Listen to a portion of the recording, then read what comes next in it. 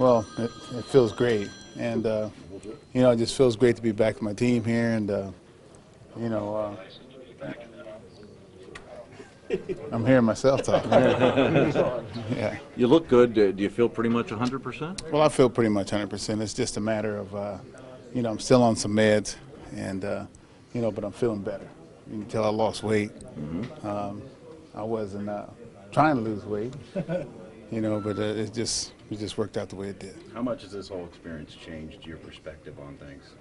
Well, you know, I always had a pretty good, you know, perspective on things, but now it just makes me feel more appreciative of what I'm doing. It makes me feel more appreciative about my family, and I feel like truly blessed. I mean, you know, to be in the hospital, you know, when you have a mini stroke, I mean, you can't get any more blessed than that, you know. So, you know, the way I look at it, it's our year. You know, we got a great, you know, support staff here, and you know, my guys did a great job, you know, while I was out.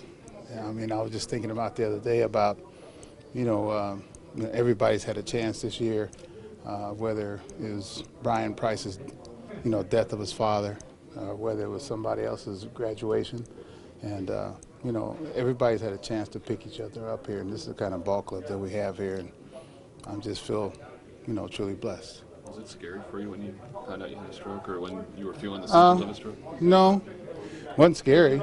I mean, it wasn't scary because I didn't feel like it was my, you know, it was my time to go. You know, when you go in the hospital and you're leaving the hospital, it ain't your time to go.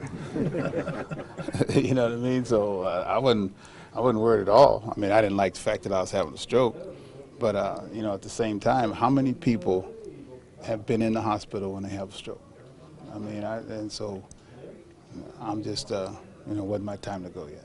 Been a lot of outpouring of support for you. I'm sure you can't thank each and every one of them, but you can at least thank them through these cameras. Well, I can. I mean, I tell you, I mean, just thanks a lot. You know, a lot of people have been through this. I didn't know how many people have been in AFib, which I learned a whole bunch about, and you know, I just didn't know how many people had been through this.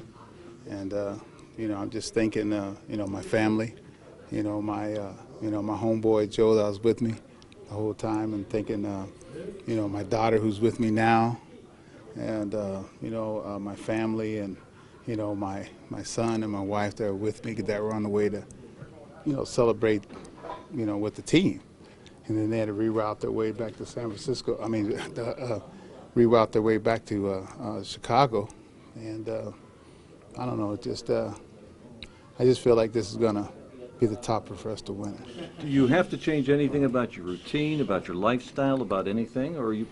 No, not really. I mean, there's some things I'm going to have to do in the wintertime, you know, once they figure out, you know, what to do exactly, you know, what to do with it. But, you know, I've already changed a few things in my routine, you know, namely my daughter. You know, she's got some, what is she having, turkey burgers and couscous and all that kind of stuff. So she'd be proud of me to tell you guys that I'm eating this right now. So what did you have to cut out? What foods did you cut out? Well, I didn't cut out that much. It's just that, you know, she's making me eat breakfast now, which I never eat breakfast. And but you know, I'm gonna sneak down to my local watering spots here to get some soul food here. It's hard to miss the no-hitter, and obviously your team clinching. Was that tough for you to not be around for that? Were you able to watch it from home? Yeah, but the way I look at it, I mean, you know, the big ones to come, and that's how I look at it. And I called Homer. I told Homer, you know, what a great job I thought, you know, he did in that game. I haven't told Hannigan yet what a great job he did game calling, but I called. I mean, man, I was sitting there like on the edge of my seat, and you know, it meant a lot to me, and it meant a lot to the guys here. But I'm fine now. You know, I'm not 100%, but I'm pretty close. And did they explain to you what is a mini stroke? What's the difference between a mini stroke and a stroke? Well, you guys are the master of words. You know, maxi and a mini. You know, that's how they explained to me. It just said they said it was a mini stroke. So.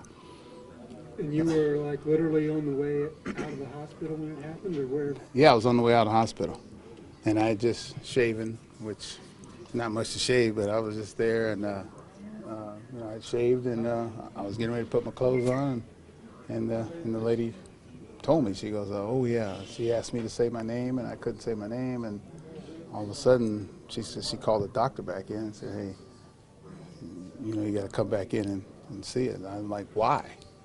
And she goes, "Well, you just better stay here." And you know, imagine I could have been on a plane in 5 minutes or 10 minutes or on a highway or something. So that's why I said, man, it ain't my time to go yet. Just a couple more guys. Dusty, was it an obvious question to come back? I mean, did you know when you have a chance that you would come back to managing, or was that a question for this year? No, I mean, it wasn't a question to me. It was a question for the doctors. You know, I mean, I had to get cleared by the doctors. And, you know, no, it wasn't a question to me. Dusty, with all the history between the two teams, is there just even a little bit of motivation that you guys could keep the Cardinals out of the playoffs this year if you know, do your business this series? I don't know. You answer that. You answer that. Thank you, guys. Thanks, Dustin. Thanks, Dustin.